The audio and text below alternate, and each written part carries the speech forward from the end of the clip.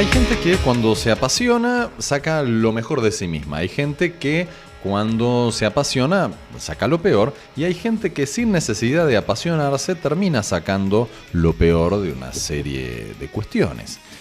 Sí, a lo largo de la historia se ha visto que muchas veces ha ocurrido eso que acabas de decir. Bueno, como lo contábamos recién con esta señorita y especulábamos situaciones raras. Bueno, hay hechos concretos masivos, por ejemplo, de personas que realmente han sacado lo peor dentro de un contexto raro, por decirlo de alguna manera, qué sé yo. Por ejemplo, o incomprensible para gente que lo mira desde afuera. Yo me autoerijo en salvador del universo y empiezo a reclutar gente. Y digo, bueno, el fin del mundo es, ponele, 3 de agosto del 2018, ¿le viene bien? Ponele. Bueno, y entonces empiezo a juntar gente, qué sé yo, tengo un PH ahí en Constitución, empezamos a hacer rituales y qué sé yo, y eso se convierte en como algo peligroso cuando me empieza a seguir mucha gente. Sí, sí, bueno, ha ocurrido mucho, bueno, hay muchos casos y es muy interesante de tocar el tema. Y sí, completamente. Por eso vamos a requerir la participación de un especialista en sectas, que es Oscar Garómeta, que está en comunicación con nosotros. Muy buenas tardes, Oscar, ¿cómo estás? Buenas tardes, ¿cómo estás? Bien, todo casi en orden. ¿Qué cuestión o qué elemento es el que hace que una organización de personas sea considerada una secta? Bueno, a ver, primero tendríamos que tener en cuenta que hay dos cosas que son semejantes, pero que no son lo mismo. Uno es lo que típicamente se llama una secta y otras son las actitudes sectarias. Uh-huh.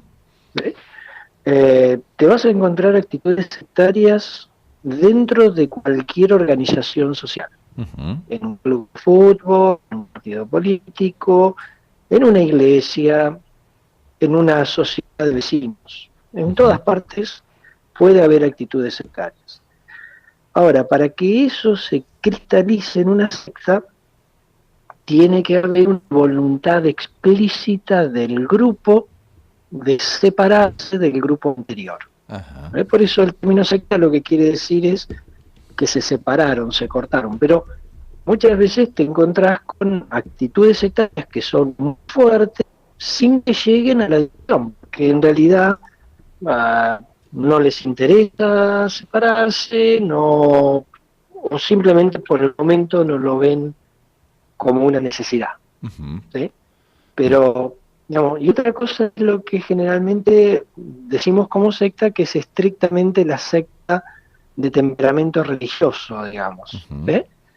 Si bien en los últimos años eso está moligerándose bastante, porque también se empiezan a considerar sectas, por ejemplo, organizaciones de venta piramidal, cosas semejantes, claro, que no son claramente religiosas. Claro, por ejemplo, estaba viendo hace tiempo un documental sobre Herbalife, donde algunos consideran Herbalife, Amway, por ejemplo, como sectas. Uh-huh. Claro, que claramente tienen una organización, digamos, que podría entrar dentro de esa característica.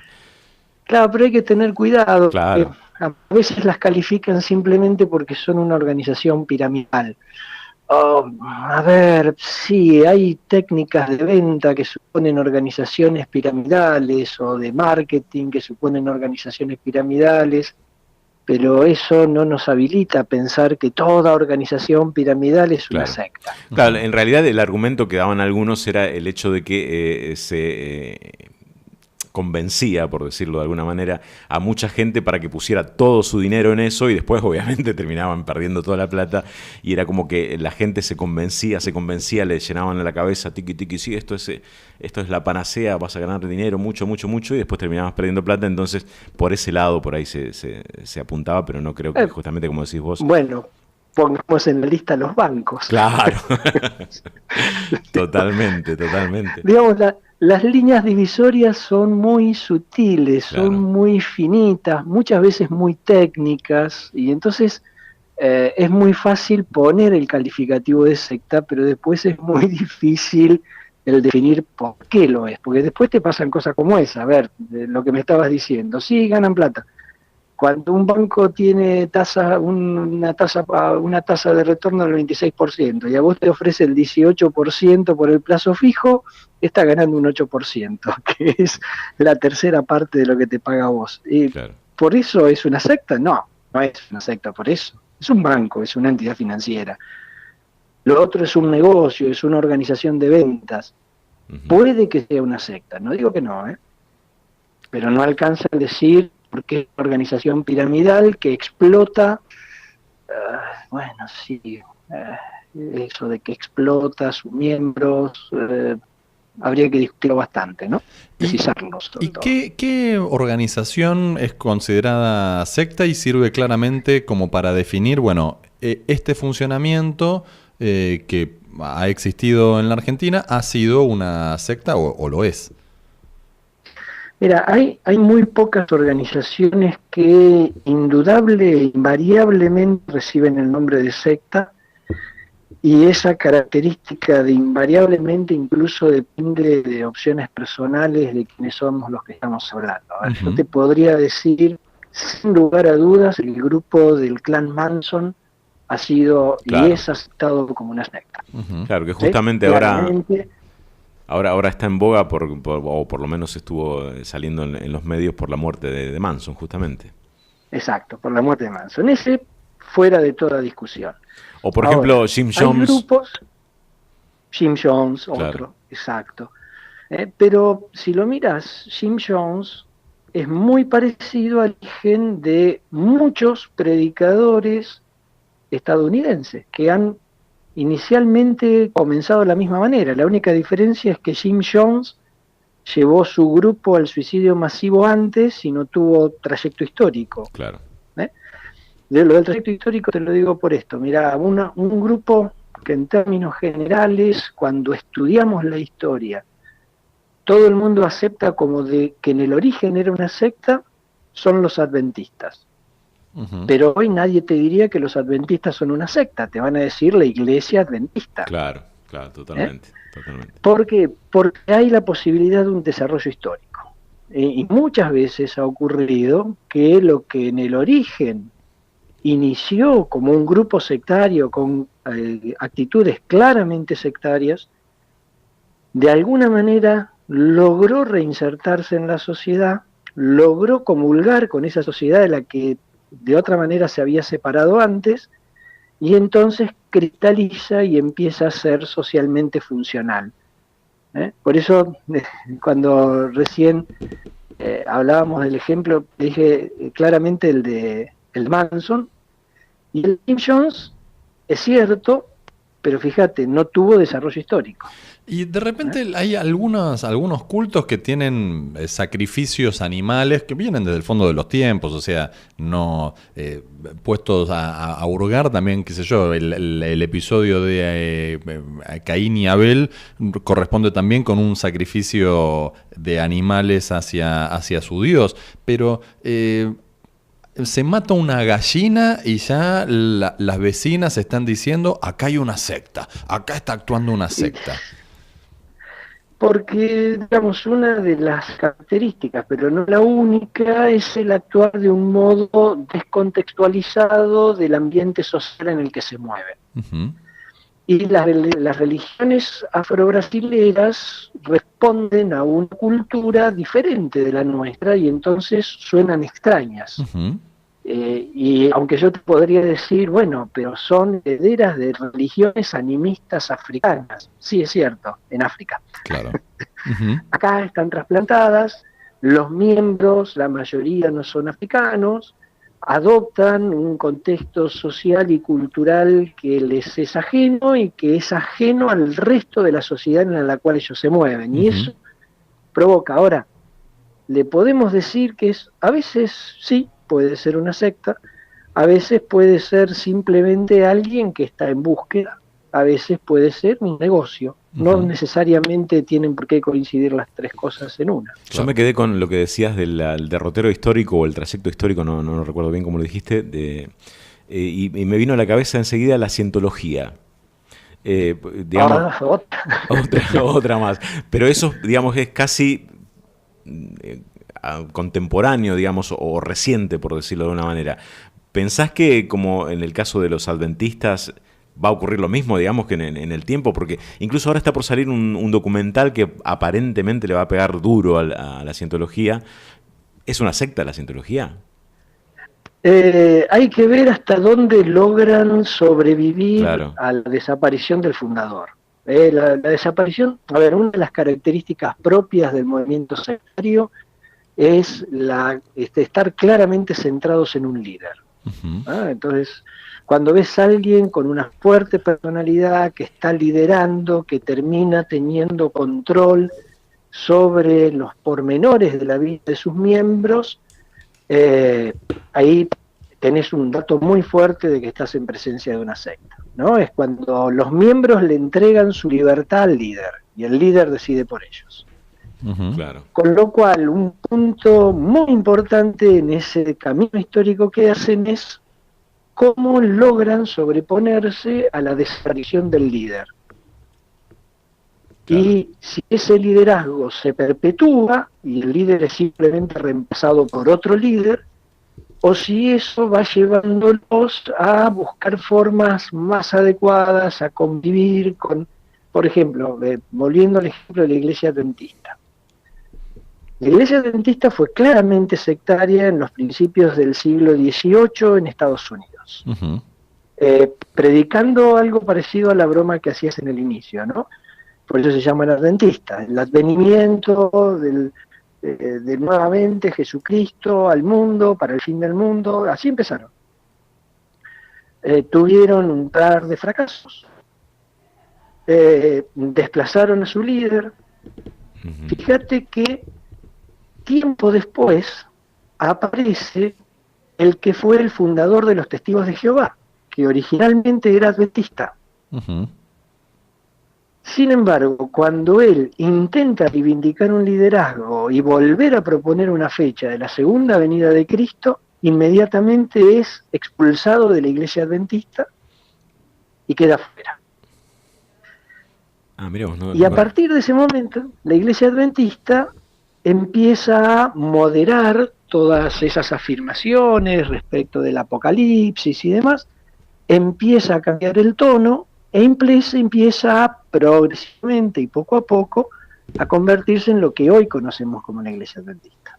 Está bien. Todo va a depender de qué es lo que hagan. Pero, ¿sí? Oscar, concretamente, si me dan el test de personalidad, los de la cientología, ¿voy lo completo o no? No me conviene. Me anoto. ¿Me anoto o no?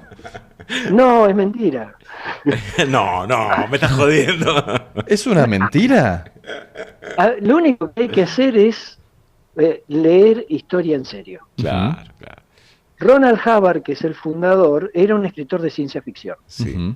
Ronald Hubbard, en la década de los 50, una de las cosas que comenta con sus amigos y dice, tenemos que dejar de escribir ciencia ficción a centavos de dólar por palabra cuando podemos juntar millones generando una iglesia. Y crea la cienciología. Claro, y se hace millonario, obvio. Sí.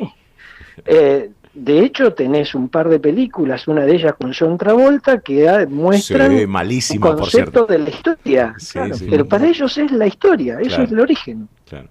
Hay un capítulo, no sé si vos ves, pero hay un capítulo de una serie que se llama South Park, que habla justamente de la cientología, que es fascinante, exacto. es fascinante. Y te muestra todo, y no lo podés creer, sí. Ahora, vos fijate que hay gente que intenta darte consejos de orden de personalidad, psicológicos, sacar de las adicciones, etcétera.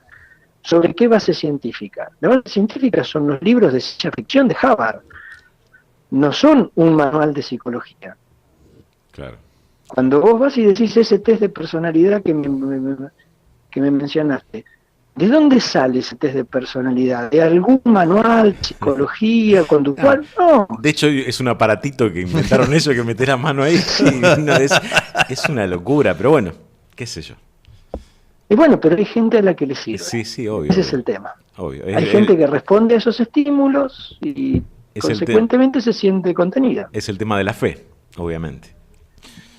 O sea, esto es más psicológico, la fe no es psicología, esto es psicología. Hay gente, esto es lo mismo que si vos me preguntás por qué hay adictos a las drogas, por qué hay alcohólicos, no son malas personas. Son gente que tiene una necesidad específica que en un momento fue mal canalizada, y al ser mal canalizada cae en una adicción de este tipo. Y mucha de la gente que acude a estas cosas es eso, es gente que está pasando por malos momentos, que no significan que mis papás se separaron, que me dejó mi novia.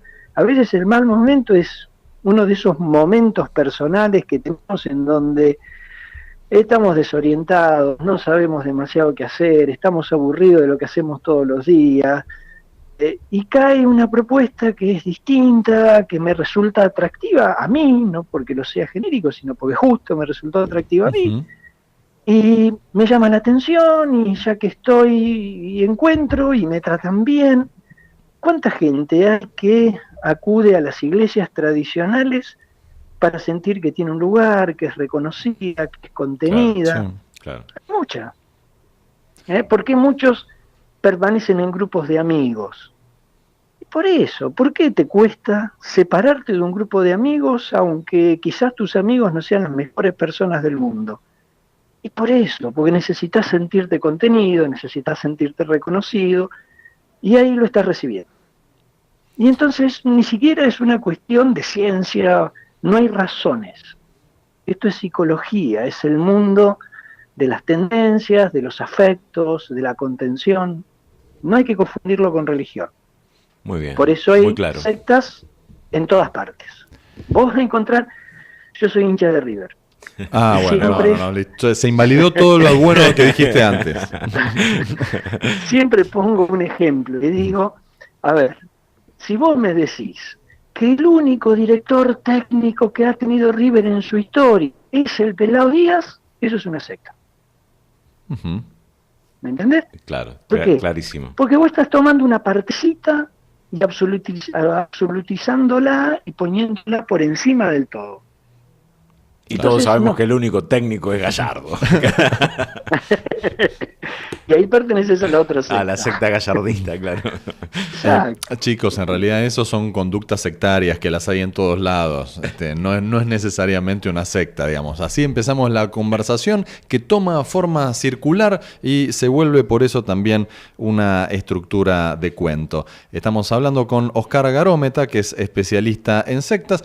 Te vamos a tomar como referente en la materia, Oscar, cada vez que tengamos alguna duda sobre este tema. Así que si aceptás, ya te tomamos como referente. Sí, te sumamos a la secta de la nube acá. Claro, correcto.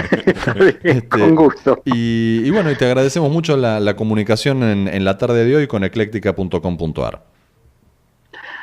Hasta la próxima. Muchas Un gracias. gran abrazo, Oscar. Muchas gracias. Mariano Navas, Héctor Park, Romina Swaznavar. Viven en la nube. La nube. 2 horas virtuales que suenan muy reales.